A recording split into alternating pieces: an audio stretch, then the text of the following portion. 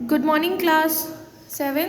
बेटा ये आपका थर्ड लेक्चर है चैप्टर 14 का, heating effects of electricity.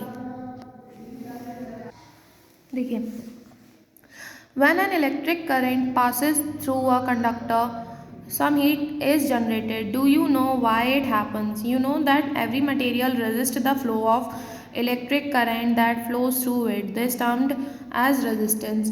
Good conductors also have some resistance. क्या है बेटा कि जब इलेक्ट्रिक करंट किसी भी कंडक्टर से पास होता है तो वहाँ पर कुछ अमाउंट में हीट भी जनरेट होती है। क्या आपको पता है ऐसा क्यों होता है? तो बेटा आपको कल भी मैंने लेक्चर में बताया था, यहाँ वही चीज़ लिखी है कि जितने भी कंडक्टर्स होते हैं वो कुछ हद तक करंट के फ्लो को अपोज करते हैं, उसको रेजिस्ट करते हैं, और इसी प्रॉपर्टी को हम बोलते हैं रेजिस्टेंस। जो अच्छे कंडक्टर्स होते हैं उनमें भी रेजिस्टेंस प्रेजेंट होता है। We use a number of heating devices such as geysers, heating rods, electric press, etc. These devices often use tungsten and nichrome as heating elements because they heat up to high temperatures. तो बेटा इसी resistance की वजह से वो heat generate होती है। अब हम बहुत सारे हीटिंग डिवाइसेस का यूज़ करते हैं, जैसे कि गीज़र, हीटिंग रॉड है या इलेक्ट्रिक प्रेस है, जिससे तो इसमें भी टंगस्टन और नाइक्रोम का यूज़ किया जाता है हीटिंग एलिमेंट की फॉर्म में, जो कि हाई टेम्परेचर पर हीटअप हो जाते हैं जब इनमें से इलेक्ट्रिसिटी पास की जाती है या इनको इलेक्ट्रिसिटी की सप्लाई दी जाती है। A conductor with a high resistance is called a resistor. बेटा एक कंडक्टर जिसका रेजिस्टेंस काफ़ी हाई है उसे हम बोलते हैं resistor. Nichrome wire is often used as a heating device because it has a very high resistance. जैसे कि बेटा नाइक्रोम, क्योंकि नाइक्रोम वायर जो है वो एक रजिस्टर है, उसका रेजिस्टेंस काफ़ी हाई होता है, तो उसको हम लोग हीटिंग डिवाइस के तौर पर यूज़ करते हैं। This wire is made thin and long since it increases its resistance. बेटा ये जो वायर है ये काफ़ी पतला होता है और लंबा होता है, क्योंकि इससे इसका जो रेजिस्टेंस है वो इंक्रीज हो जाता है। If the wire heats up it can sag, therefore it is wrapped around a china clay like substance which gets heated up by the heat of wire and gives out heat। क्या है कि अगर जैसे मतलब ये बहुत ज़्यादा heat होगा तो ये ख़राब हो जाएगा, तो इसके ऊपर एक चाइना क्ले लाइक सब्सटेंस को कवर अप कर देते हैं, जिससे कि जब ये हीट होता है तो साथ में वो सब्सटेंस भी हीट होता है और हीट को वो बाहर देता है, हम लोगों को उससे हीट मिलती है। नेक्स्ट आपका है electric fuse. If we come in contact with naked electric wire, the electric current passing through wire and electrical appliance give us a fatal shock. The appliances can also catch fire or get ruined due to leakage।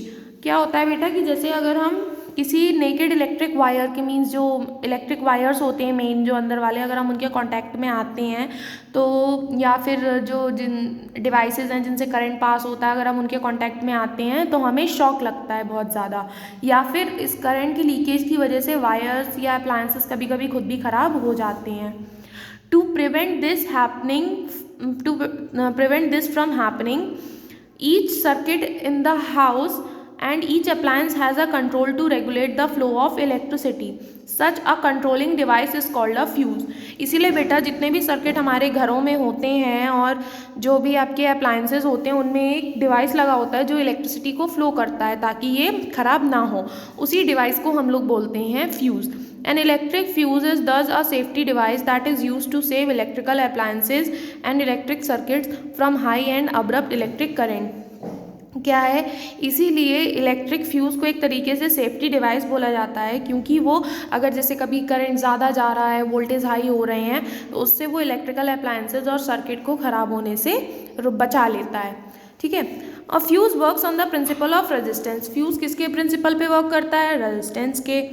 If the right amount of electricity passes in the circuit, the fuse remains as a wire and also allows the circuit to work। क्या है कि अगर electricity एक अच्छे amount में circuit से पास होती है तो जो फ्यूज़ है वो वायर में ही रहता है और सर्किट को वर्क करने देता है। If the amount of electric flow exceeds the safe limit, the fuse heats up and melts breaking the circuit। लेकिन अगर जैसे करंट ज़्यादा होने लगता है तो जो फ्यूज़ है वो गर्म हो जाता है और वो मेल्ट हो जाता है, जिससे कि सर्किट ब्रेक हो जाता है। तो जब ज़्यादा करंट पास नहीं हो पाएगा तो जो अप्लायंस है वो ख़राब नहीं हो पाएगा और फिर वो रिपेयर हो सकता है। A fuse wire is usually made of a tin lead alloy with low melting point. Generally बेटा जो फ्यूज़ होता है, फ्यूज़ वायर जो होता है वो टिन और लेड के मिक्सचर से बनता है जिसका मेल्टिंग पॉइंट काफ़ी लो होता है, मीन्स जो जल्दी मेल्ट हो जाता है। In case of blown fuse, not only the fuse should be changed but the fault should also be rectified, because if the only fuse is changed, if it can blow again, cutting off the supply of electricity। बेटा अगर जैसे fault होता है या fuse होता है तो सिर्फ फ्यूज़ को ही सही करना ज़रूरी नहीं, चेंज करना ज़रूरी नहीं है, बल्कि जो फॉल्ट हुआ है उसको भी सही करना ज़रूरी है, क्योंकि अगर सिर्फ फ्यूज़ हम चेंज कर देंगे तो वो दोबारा से फॉल्ट हो जाएगा, जिससे कि इलेक्ट्रिसिटी की सप्लाई बंद हो जाएगी। ठीक है बेटा, आपका लेक्चर यहीं पर कंप्लीट होता है। अब इसके आगे हम नेक्स्ट लेक्चर में पढ़ेंगे। अभी आपको जितना पढ़ाया गया है उतना आप रीड करेंगे अपने होमवर्क में। Okay, thank you class.